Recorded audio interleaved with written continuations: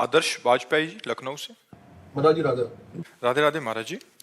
महाराज जी, आपने बताया था कि एक श्वास में ज्यादा से ज्यादा नाम जप करना है, फिर एक एकांतिक में ये भी बताया था कि जितने आराम से जपें उतना अच्छा है। तो उपासक नाम जप आराम से जपें या अधिक से अधिक नाम जप? प्रारंभिक उपासक अधिक से अधिक जपे। अलग अलग उपासक की होते हैं ना, क्लास होते हैं ना, जैसे ऐसे भूमिकाएं होती हैं भजन की। प्रारंभिक उपासक को केवल नाम जप प्रारंभ में अधिक से अधिक करने का अभ्यास बनाना है। फिर मन जब हम अधिक नाम जप करने लगते हैं तो अवसर पाकर वो भागता है, राधा राधा राधा राधा राधा राधा राधा। अब वो अपना काम शुरू किए हुए, अब हमको उसके काम को बंद करना है, उसको यहीं लगाना है। तो बार बार मन जहां भाग कर जाए वहां से हटा के नाम में लगावें। इसलिए अब हमको धीमी गति पकड़नी है। राधा राधा राधा। अब हमारे सामने लिखा राधा, हमारे कान ने सुना अंदर से राधा, हृदय से बोल रहे हैं राधा। अब मन को भागने का अवसर नहीं मिला। शुरुआत में ही साधक मन पर सवार थोड़ी हो जाएगा। अगर मन पर सवार होने को सोचेगा तो नाम छूट जाएगा। तो पहले नाम का इतना अभ्यास करें कि उसकी नाम जिह्वा में बसने लगे, फिर उस नाम का ध्यान और नाम का श्रवण। तो मन को घसीट कर नाम, मन ही बंधन और मोक्ष का कारण है। विषय चिंतन में लगा हुआ मन बंधन का कारण है और भगवत चिंतन में लगा हुआ मन मोक्ष का कारण है। तो प्रारंभिक दशा में हम ये क्रिया नहीं करते।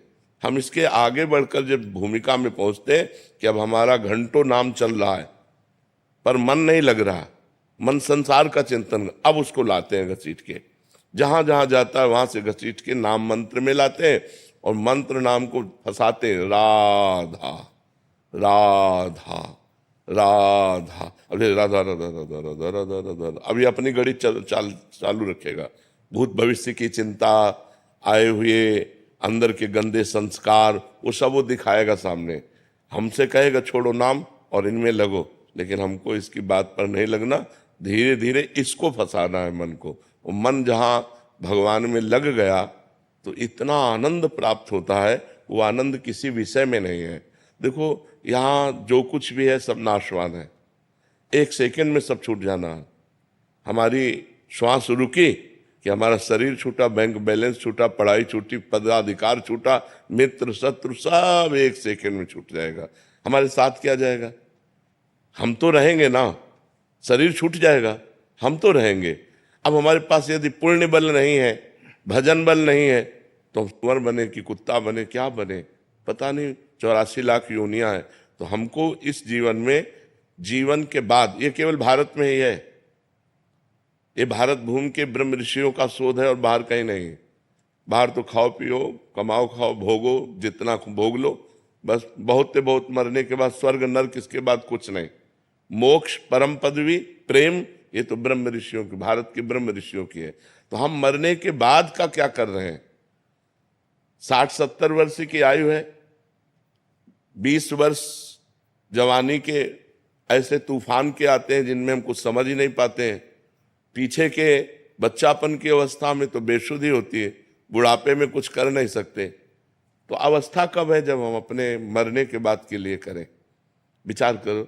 आधा जीवन तो हमारा सोने और मनोरंजन में चला जाता है, जो आधा जीवन है वो कमाने और खाने और भोगने में चला जाता है। हमारे पास समय कब है? अगर हम सावधान न रहे तो माया हमारे पूरे जीवन को व्यर्थ कर देगी और अगला जन्म फिर हमें नीच योनियों में प्राप्त होगा। और अभी कलिकाल का हम ज्यादा वर्ष तो नहीं देखे, 40 वर्ष देखे हैं, क्योंकि 10-15 वर्ष में तो चेतना जागृत होती है, जानकारी होती है अच्छे बुरे की, क्या चल रहा है क्या नहीं। 13 वर्ष में बाबा जी बन गए थे, तो 40 वर्ष का तुम्हें ध्यान है। इतना बड़ा परिवर्तन 40 वर्ष में हुआ है कि गंदगी ही गंदगी फैलती चली जा रही है, गंदगी ही फैलती चली जा रही है। नए नए बच्चे, छोटे छोटे बच्चे इतने गंदी आदतों के शिकार होते चले जा रहे हैं जो कभी स्वप्न में भी नहीं सोचा गया था। नई नई बच्चियां ऐसी गंदी हरकतों से युक्त होती जा रहे जो कहीं कहीं गुंजाइश ही नहीं थी। ब्याह भले 14-15 में हो जाए, गमन होता था 20 वर्ष में। बड़ी पवित्रता, पातिव्रत धर्म, सत्यता। अब क्या गंदगी! 13 वर्ष से लेकर 20 वर्ष का बच्चा संपूर्ण ज्ञान रखता है संसार का, और इतना व्यभिचार परायण कि 10-20 बॉयफ्रेंड बदल जाते हैं। नहीं बदल जाते, वो व्यभिचारी पुरुष 10 स्त्रियों से, अभी 20 वर्ष का हुआ है और 10 लड़कियों से, ये क्या? तो कलयुग, अभी भजन करने का कुछ अवसर रह गया है, आगे और ऐसा अवसर आएगा भजन पूजन स्वाहा स्वधा। अब यज्ञ कहाँ हो रही है? रोज पंचयज्ञ करने का अधिकार, रोज त्रिकाल संध्या का अधिकार, सब कहाँ गया? सब खो गया। रोज शास्त्र स्वाध्याय, रोज दान पुण्य, नियम पूर्वक दान पुण्य, नियम पूर्वक दूसरों की सेवा, ये सब कहाँ गया? किसी तरह हमारी वासनाओं की पूर्ति हो, ये वृत्तियां चल रही हैं। तो भगवत प्राप्ति करने का अवसर इस मनुष्य जीवन में है। बहुत सावधानी पूर्वक हम चलें, परोपकार करें, मांस मदिरा इनका सेवन न करें, पराई माता बहनों के साथ बेविचार वृत्ति न रखें, नाम जप करें तो हो सके। और भी कलयुग के 5000 वर्ष से कुछ ऊपर हुए हैं, 4,32,000 वर्ष की आयु, हाहाकार मच जाएगा।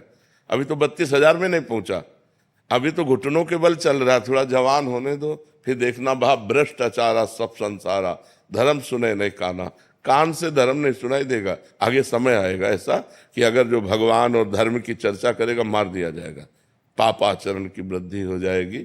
40 वर्ष में हम बड़ा परिवर्तन देख रहे हैं। छोटे छोटे बच्चे मोबाइल से सब कुछ उनको पता है, सब कुछ पता है, सब सर्च कर लेते हैं और सब कुछ उनको पता है, जिससे उनकी बुद्धि प्राकृतिक माया में आकर्षित होकर के सतमार्ग का त्याग प्रारंभ से ही कर देती है। प्रारंभ से ही झूठ बोलना, प्रारंभ से ही असत क्रीड़ाओं को देखना, प्रारंभ से ही गंदे खेलों को करना, ये छोटे छोटे बच्चों में पाया जा रहा है। इसलिए बहुत सावधानी पूर्वक अगर जो बचा पावे अपने मन को और प्रभु में लगा पावे तो धन्याति धन्य जीवन है, नहीं तो सब व्यर्थ जीवन है। तो अगर हम धीरे धीरे से मन को नाम में फंसा पा जाएं तो हम विजयी हो जाएंगे। नहीं तो जबान से नाम चल रहा है, अंगुली माला में चल रही, मन संसार में चल रहा है। जब तीनों का एक मिश्रण हो जाए, जो अंगुली में, वही जबान में और वही हमारे मन में, तब भगवत प्राप्ति होती है।